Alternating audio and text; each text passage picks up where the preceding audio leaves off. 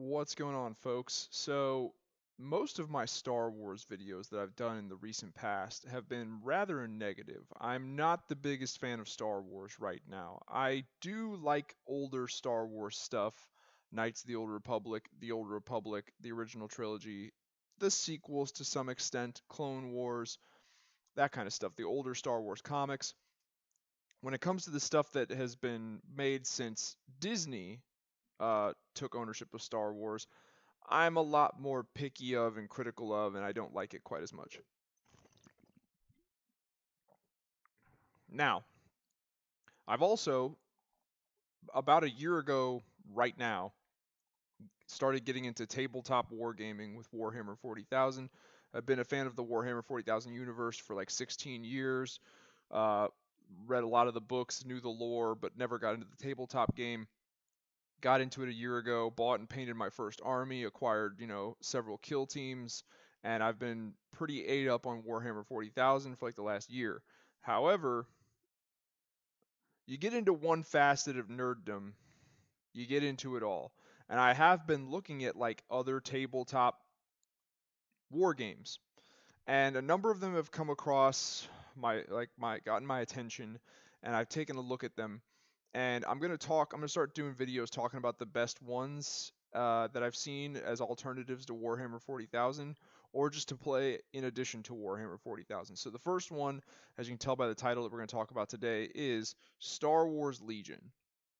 So Star Wars Legion is a tabletop war game set in the Star Wars universe, and it is not quite on scale with Warhammer 40,000. It does include, you have your armies of little miniature models, and there's vehicles and stuff like that, and there's hero characters like Jedi and Sith and whatnot. However, the battle reports that I've seen for Star Wars Legion and for the people that play it at my local hobby store, I have yet to see the amount of models on a table for a Star Wars Legion game that there usually is for a Warhammer 40,000 game. The armies tend to be smaller. Like, it's not to say you cannot play bigger armies. I just rarely see people. Warhammer 40,000 seems to be like a bigger army kind of game. You could make a Star Wars Legion army to rival that of like a 40k army in terms of like number of models and infantry units and vehicles and whatnot. I just think you're going to be hard pressed to find someone else who has an equally as large force. So, yeah. Uh, but it's not to say that Star Wars Legion skimps on models and variety of models. They have a wide range of stuff. Right now, the factions in Star Wars Legion that you can play as are the Separatists. They go by the two eras of Star Wars, with a little bit of stuff from in between the eras peppered in. So we've got the prequels era, Clone Wars era. So we have the Separatists and the Droid Army, and then you have the Republic and the Clone Army. That's from that era. And then you have the Rebels and the Empire from the original trilogy. There are a few other factions kind of mixed in there. Like they've tried to start creating like a Mandalorian sub faction, but it's really kind of played alongside the Clone Wars stuff. And then there's also like Moff Gideon from Mandalorian, and Mandalorian's in there, but he's also kind of like Empire. They've also created a new faction they call the Shadow Collective, which is supposed to be like the Mandalorians during the very brief amount of time that Darth Maul ruled Mandalore. It's interesting, but the model range for the Shadow Collective is relatively small right now. It's new, and on top of that, I just don't think there was enough stuff in Star Wars lore and canon to justify making this a faction. But Star Wars is low on factions because the factions in Star Wars are not by alien race. They're by like what they're by like you have an allegiance to something, whether it be the Separatists or the Galactic Republic or the Rebellion. So you got Geonosians and droids and clones and Wookiees and Ewoks. You have all these different alien races, but they're like half of them are sided with like the rebels, and the other half are sided with the Empire, or half of them are sided with the Galactic Republic and the clones, or the other half are sided with the Separatists. So There's really only 4 main factions, kind of a fifth. That does kind of suck. I really wish Star Wars like Legion would branch out. I think one of the best things they could do for Star Wars Legion would be to go to their Old Republic era and do the Old Republic as a faction, and then also do the Sith Empire as a faction. I think that would be cool. They could also go their High Republic route and introduce, well, that's the thing about the High Republic, is that there really was no like standing Republic military during the era of the High Republic, because it was the High Republic. Everything was pretty much peaceful, even though all of a sudden the Nile showed up. You could just you could introduce it, you could fudge it and just say, okay, we have a High Republic faction and a Nile faction. Not the biggest fan of the Nile as Star Wars villains, but if it brought more factions and playable factions and models to the tabletop, it would make it a better game. What else we got going on? See, like the Death Troopers. That's from the Mandalorian stuff, and there's a range of vehicles and whatnot. I will say this: the Rebels faction does not have a lot of vehicles. They have like some speeders, and they have one big like hover truck that you can attach an extra weapon onto to give it some extra little bit of firepower, but it's mostly an infantry unit transport. Not a whole lot of stuff here. The clones versus the separatists, the Republic versus the separatists, definitely seems to be the better range. The clones have their own tanks and aircraft. The separatists and the droids have their own tanks and aircraft plus infantry. Also, the hero units of the Clone Wars are cooler. You've got Obi-Wan, you've got Anakin, you've got Yoda, you've got a lot of the Jedi, and then you've got Count Dooku, Asajj Ventress, who else? Sidious. There's a lot there, there's more Grievous. You can see him here on the screen right now. There's more cool hero characters for that era. But, you've got your Empire versus Rebels. That era has Darth Vader. So, I mean, what can you really say? Also, there's no rule in the game that would prevent you from playing like the Empire led by Darth Vader and the Stormtroopers versus the Galactic Republic with a bunch of clones being led by Anakin Skywalker. Anakin Skywalker and Darth Vader are two separate hero characters in the game. And you could play a game on the tabletop with those two going against each other, with an army of clones and an army of stormtroopers. Would it make any sense narratively? No. But you can do it. The rules do allow for it. It had to be that way, because if they limited it to like, okay, you have to play by era of Star Wars, it would have just been like, if I pick to play the clones and I have a clone army, I can only play people with droids, separatist droid armies. And that would have just, and we're going to get into how that's a bigger problem later on. So you can play the gameplay. I will say this: it has something going for it over Warhammer 40,000, and that is, I think, it's talked about a lot. It's alternating unit activations. Whereas in Warhammer 40,000, it's like, I'm going to do every single damn thing with my army before you get to do anything. And then you're going to do every single damn thing with your army before I can do anything else. It's like, I'm going to move all my units, shoot with all my units, charge, fight. I'm going to do everything with my units. Then you get to respond. Star Wars Legion uses alternations. So it's like, I do some stuff with a unit, and then you do some stuff with a unit, and then I do some stuff with a unit, and then you do some stuff with a unit. And it goes back and forth. It's a much more dynamic form of gameplay. It keeps you engaged. It's something that is inevitably going to be brought to Warhammer 40,000. I know there's a lot of Warhammer 40,000 like old school purist fans who disagree with it and don't want to see that happen. But trust me, it's coming. I'm willing to bet. I'd be willing to bet a decent amount of money that in 11th edition 40K in the next like 3 to 4 years, we'll probably see alternating activations brought to it. It really would not be that hard to incorporate into Warhammer 40,000. Star Wars Legion already has it, and the way it works is it's not necessarily you get to select what unit you want to use every time it's your turn to activate a unit. Every unit has a designation. It's either like basic infantry or heavy support or anti-vehicle, whatever. And every different type of unit has a specific symbol and a card stock token, little circular token made of card stock that has that unit type symbol on it. And what you do is you randomly put these into a stack and you put them down on the tabletop, And if you don't have anything else going on in the game that lets you choose a unit with your own decision, then you just have to randomly draw off the pile, and that tells you what kind of unit in your army you're activating. So you might get a bad draw. Like it might be on this turn, on this go for you, it might be in your best interest to go ahead and activate and use your tank, but you might not be able to. You might have to draw a token, and that token might say, you're activating a basic infantry unit this time around. And that kind of sucks, but there are other rules in the game that allow you to give order tokens to units. And if a unit has an order token on it, that means you can select it. You can make the decision to, I'm selecting that one because it already has an order token on it. So it makes you have to kind of plan ahead.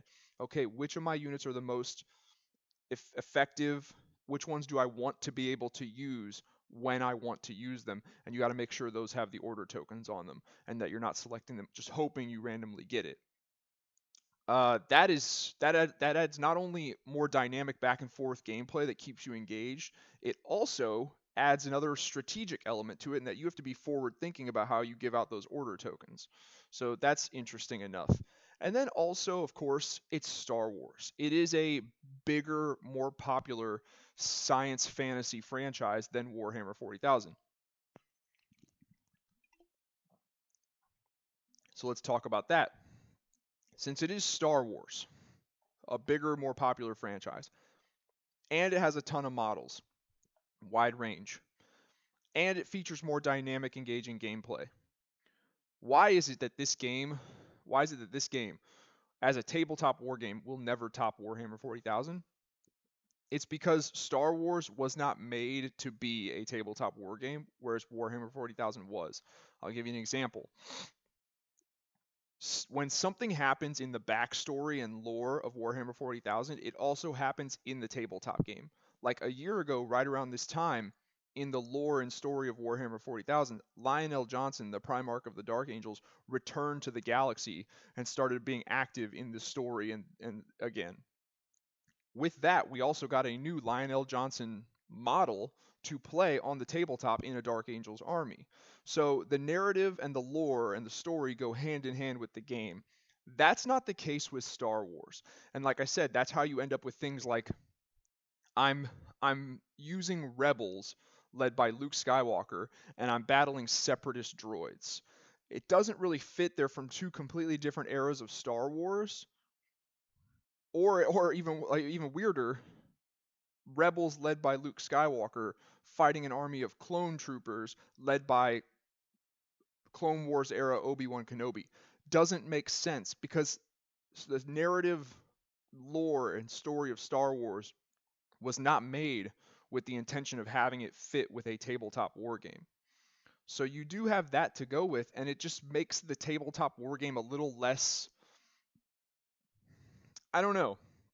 It's something about like when I sit down, or not sit down, but when I go to the table to play a game of Warhammer 40,000, I'm playing my Ultramarines army led by Rabute Gilliman, and right now in the lore, Rabute Gilliman is out there in the galaxy leading the Indomitus Crusade, and he's dealing with a lot of shit and fighting various foes. There's a Tyranid war going on right now with the Leviathan Hive fleet. The Necrons are waking up. The Gazkul's waging an orc war like never seen before. So if I come to the tabletop and I'm playing a person across the table playing Chaos Space Marines or Necrons or Orcs or Dark Eldar, doesn't matter what it is, I'm playing in the universe of Warhammer 40,000. Because who's to say this battle of Gilliman and the Ultramarines versus this other army, who's to say it did not take place? Even if it's another Imperium army, Warhammer 40,000 is a really fucked up universe. Like, who's to say the Ultramarines haven't had to fight the Sisters of Battle? You know, it could happen. Do I think an Ultramarines force led by Gilliman would fight another Imperium force? No. But it just gels better with the lore and the story at the tabletop. Way better than Star Wars does. And that's why it's just never going to top 40K as a tabletop game. Even though it has everything else going for it that would make it great, like the models look great. There's a huge character. All your favorite characters are here, but that is something else I wanted to talk about. With Star Wars, another thing with the lore and the story. In current Star Wars events, and this is us assuming, like, this is us taking the sequel trilogy with Rey and Poe and Dameron and Finn, and that stuff, we're taking that stuff as canon because it is until they say it's not, it is. At this point in time, Obi-Wan Kenobi is dead. Luke Skywalker is dead. Count Dooku is dead. Sidious is dead. All of the Mace Windu dead. All of these great characters, Darth Maul dead. All of these great characters are dead, right? Whereas with Warhammer 40,000, I've got in my army, I've got Rabute Gilliman, I've got Marnius Calgar, I'm about to have Lieutenant Titus from the Space Marine game. They're all alive and active in the current events of the Warhammer 40,000 story. So it's just another element of how the lore and the story of Star Wars is not made to gel with this tabletop war game. The tabletop war game is sprinkles on the sundae, whereas like in Warhammer 40,000, the lore and story is one scoop of ice cream, and the tabletop game is another scoop of ice cream. They're both equal. But, for some people, that might not matter, and just the fact that it is Star Wars and it's a franchise and setting and story that they are more familiar with and bigger fans of, that might be all it requires. But then again, tabletop wargaming is a hobby and an interest in and of itself. So just because you're a Star Wars fan doesn't mean you're out there looking for a tabletop wargame to play to begin with. You might not be. But it is out there. It is a viable alternative, huge to Warhammer 40,000. I do think anyone who is a big Star Wars fan would enjoy. If you enjoy this kind of gaming and you are a big Star Wars fan, you're probably going to get a kick out of it and enjoy it. There's a lot of stuff to like about it. There's a image showing you how the models, like that's a modern Primaris Space Marine intercessor, and then that's your average Stormtrooper model. So they are, obviously they're not going to be as big as a Space Marine. A Space Marine is supposed to be this big, hulking, genetically engineered super soldier clad in power armor, and that's not what a Stormtrooper is. So obviously they're going to be a little smaller. There are currently 2 starter sets, and they are divided up by the eras of Star Wars. This one is the Rebels versus Empire. They come with 2 little small it's like a Warhammer 40,000 starter set. They come with 2 little small armies. It comes with like a Rebel Alliance force and a little Imperium force. I think this one comes with Darth Vader as the leader of the Empire, and it comes with Empire Strikes Back Luke Skywalker as the leader of the Rebels. And then for this starter set, this is the Clone Wars era.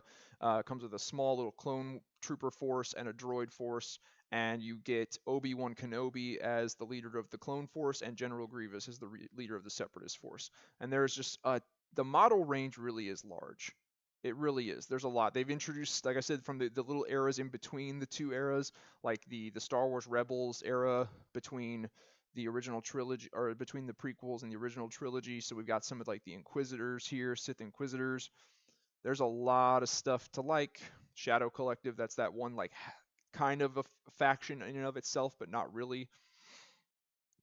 There's a lot of stuff here to like. It is a bit of a more bloated game. There are a lot more like cards and tokens and special dice. Like you don't use normal 6-sided dice. You don't use numbered dice. Let's put it that way. You use special dice with special symbols on them. So you do have to learn like, okay, if I roll the dice and get this symbol, what does that mean? What does this stuff mean on the card? What do all these tokens mean? It is a bit more of a bloated game. However, I've dabbled in it. It's not too terribly hard to figure out. Is it as easy to pick up as Warhammer 40,000? No. No, it's not, unfortunately. But it's Star Wars. So there's reasons why people would like it, and there's reasons why people would not. And all I'm really trying to do here is articulate what those reasons are. So yeah, that's my take on Star Wars Legion. I came really close to buying myself a little Rebel Alliance army because my buddy that I work with, I've gotten him into Warhammer 40,000, but he's also a huge Star Wars fan. And of course, in this day and age, if you search anything online, the algorithms and shit are going to start recommending other stuff to you based on what you search. So Star Wars Legion got recommended to him, and of course, he wanted to get into that too. So he has Star Wars Legion. He bought both starter sets plus some extra clone trooper stuff for a clone army, and he bought himself a Space Wolf army for Warhammer 40,000. So he's got both of those. And since he has both of the starter sets, if I want to play Star Wars Legion, I can play it with him using his models and whatnot. So I do get to dabble in this game. However, when the time came and I was like, do I want to buy my own Rebel? Because I decided I would go Rebels if I did get into it. I decided no. I've put enough time and money into Warhammer 40,000 that I really just want to stick with Warhammer 40,000 for right now. Will I in the future get into this? Quite possibly, but just not right now. Um, I'm gonna let it. I'm gonna let it sit for a while, and I'm also gonna let it wait and see what happens with the future of Star Wars and the lore and the story moving forward, and if any new characters. Like right now, I'll tell you right now. This is gonna sound really kind of superficial.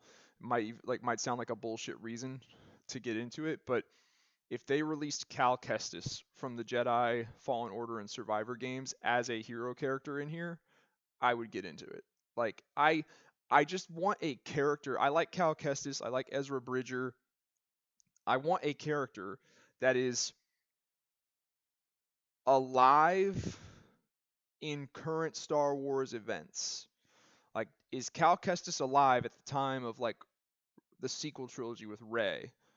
Probably not, but he's clearly alive post Revenge of the Sith, and who knows how many games they're going to make with him, and whether or not he is going to show up in some like TV shows or whatnot that take place between, you know, Revenge of the Sith and whenever they decide to say Cal Kestis died. So he is an active character that I like. He's probably the only active character in Star Wars that I really like, because we'll see how much stuff they actually end up doing with Luke, but that's a discussion for another day. Anyway, so that's my take on Star Wars Legion. Let me know what you guys think. If you like this video, please hit the like button. That really helps out the channel. If you want to help out the channel, subscribe, check out some of my other videos, and I'll talk to you guys later.